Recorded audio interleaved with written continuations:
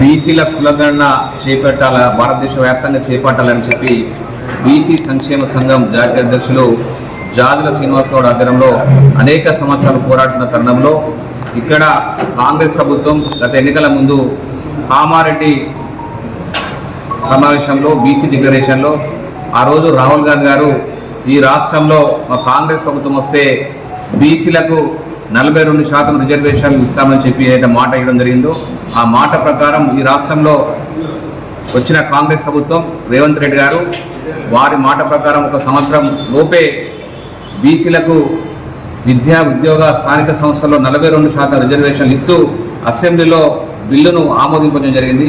దీన్ని మీ అందరం కూడా బీసీ సంఘం తరఫున కాంగ్రెస్ ప్రభుత్వాన్ని అభినందనలు తెలియజేస్తున్నాం. రేవంత్ రెడ్డి గారు కానీ పున్నం ప్రభాకర్ గారు కానీ ఈ కార్యక్రమాన్ని ముందు తీసుకొచ్చిన రాహుల్ గాంధీ గారికి బీసీ సంఘాలు బీసీ సమాజం అంతా కూడా హర్షం వ్యక్తం చేస్తూ కాంగ్రెస్ పార్టీని అభినందిస్తున్నాం.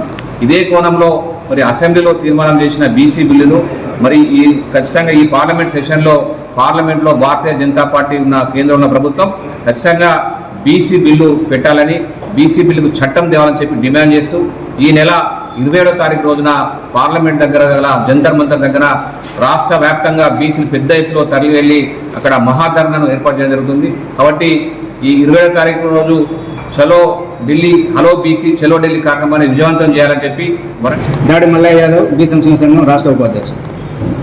తారీఖు నాడు ఢిల్లీలోని జంతర్ మంతర్ దగ్గర బీసీల మహాధరణ కార్యక్రమానికి పెద్ద ఎత్తున తగ్గవని చెప్పేసి అని వరంగల్ ఉమ్మడి జిల్లాను చెప్పుకోవడం జరుగుతుంది. గత 30 సంవత్సరాల నుంచి జాదుల శ్రీనన్న ఆధ్వర్యంలో బీ సంఘంలో మేమందరం పనిచేయడం జరుగుతుంది. ఎన్నో ఉద్యమాల ద్వారా ఎన్నో పోరాటాలు చేసిన దాని ద్వారానే నేడు ఈ కాంగ్రెస్ గవర్నమెంటు కులగణన తీసుకొచ్చేసి అసెంబ్లీలో దాని తీర్మానం పెట్టడం జరిగింది. దాన్ని ఆమోదింప చేసిన అన్ని పార్టీలకు కూడా బీసీ సంక్షేమ సంఘం తరఫున కృతజ్ఞత తెలియజేస్తున్నాము. అదేవిధంగా పార్లమెంట్లో కూడా కేంద్రంలో ఉన్నటువంటి బీజేపీ పార్టీ కూడా బీసీ కులగణనను కేంద్రంలో ఆమోదింపజేసి రాష్ట్రంలో ఏ విధంగానైతే అసెంబ్లీలో తీర్మానం పెడితే దాన్ని అందరు ఆమోదించిందో కేంద్రంలో కూడా దాన్ని ఆమోదింపే చేసే విధంగా మన రాష్ట్రంలో ఉన్నటువంటి కేంద్ర మంత్రులు అదేవిధంగా రాష్ట్ర వ్యాప్తంగా ఉన్నటువంటి అన్ని పార్టీలు కూడా కేంద్రంలో ఒత్తిడి తీసుకొచ్చేసి ఆమోదింపజేయాలని చెప్పేసి అని కోరడం జరుగుతుంది.